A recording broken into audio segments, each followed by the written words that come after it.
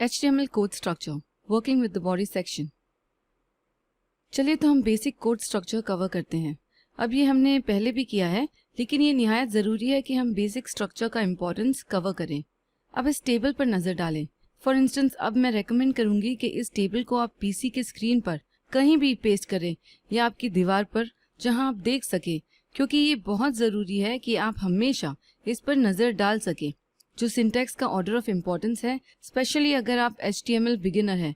तो फिर से हमारे पास है डॉक टाइप डिक्लेरेशन, जो फर्स्ट पोजीशन पर लिस्टेड है, जिसकी वजह है कि यह HTML डॉक्यूमेंट पर सबसे पहले लिखा जाता है।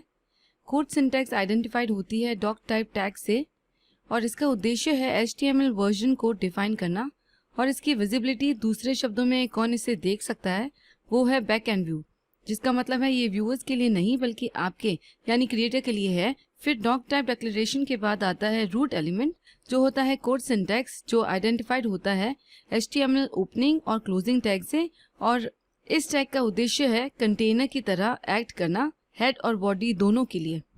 और इसकी विजिबिलिटी एप्लीकेबल नहीं है क्योंकि इसका ना ही फ्रंट एंड व्यू है और ना ही बैक एंड व्यू, लेकिन ये बना होता है फ्रंट एंड और बैक एंड व्यू के एलिमेंट से। फिर रूट एलिमेंट के बाद आता है हेड सेक्शन। रूट एलिमेंट की सीमा के अंदर हेड सेक्शन आइडेंटिफाइड होता है दोनों हेड टैग्स से, ओपनिंग और क्लोजिंग हेड टैग से, और ये डॉक्यूमेंट के डिस्क्रिप्शन का प्रबंध करता है। इसकी भी विजिबिलिटी है बैक एंड व्यू, तो आपके व्यूअर्स या web browser user head section को नहीं देख सकेंगे। और फाइनली हम आते हैं बॉडी सेक्शन पर, जो रूट एलिमेंट की सीमा के अंदर प्रकट होता है और ओपनिंग और क्लोजिंग बॉडी टैग से आइडेंटिफाइड होता है, और ये बना होता है डॉक्यूमेंट के कंटेंट से, जैसे कि पिक्चर्स, टैग्स, पैराग्राफ्स, हेडर्स, कुछ भी जो ब्राउजर पर विजिबल हो, और ये रेफर करता है फ्रंट एंड व्यू को।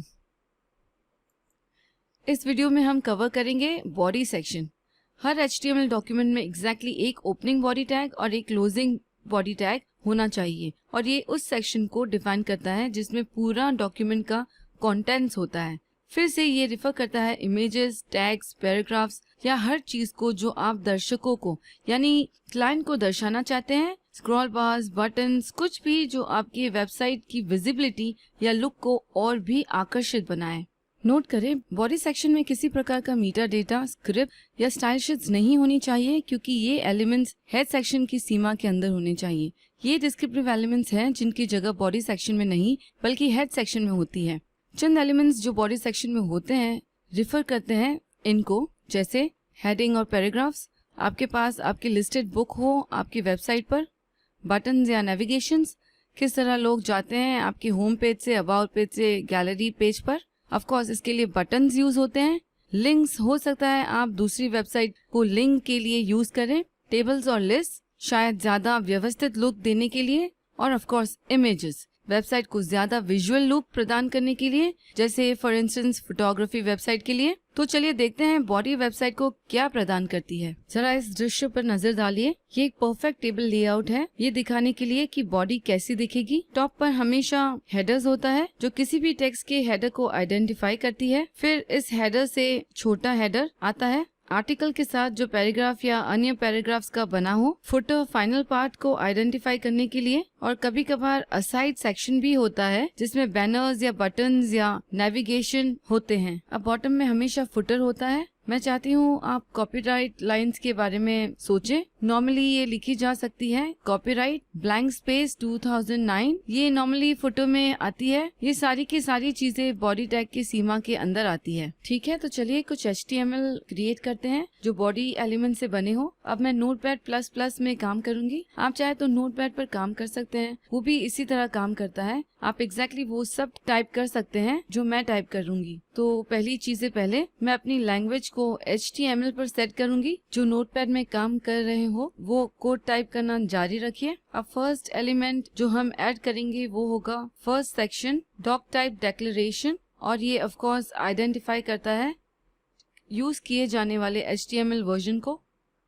नेक्स्ट सेक्शन जो हम ऐड करेंगे वो होगा root elements. HTML root element, और आदत के मुताबिक एलिमेंट को क्लोज भी करूंगी, और ये मुझे भूल जाने की मिस्टेक से बचाता है। रूट एलिमेंट की सीमा के अंदर मैं प्लेस करूंगी हेड सेक्शन, और बॉडी सेक्शन।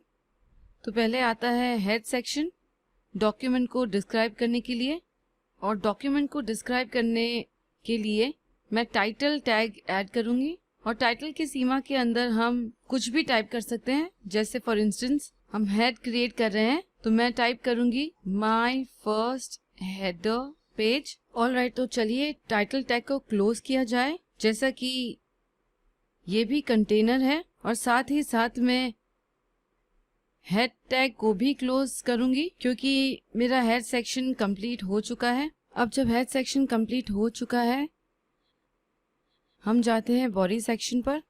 अब बॉडी सेक्शन की सीमा के अंदर मैं अपना फर्स्ट एलिमेंट प्लेस करूंगी।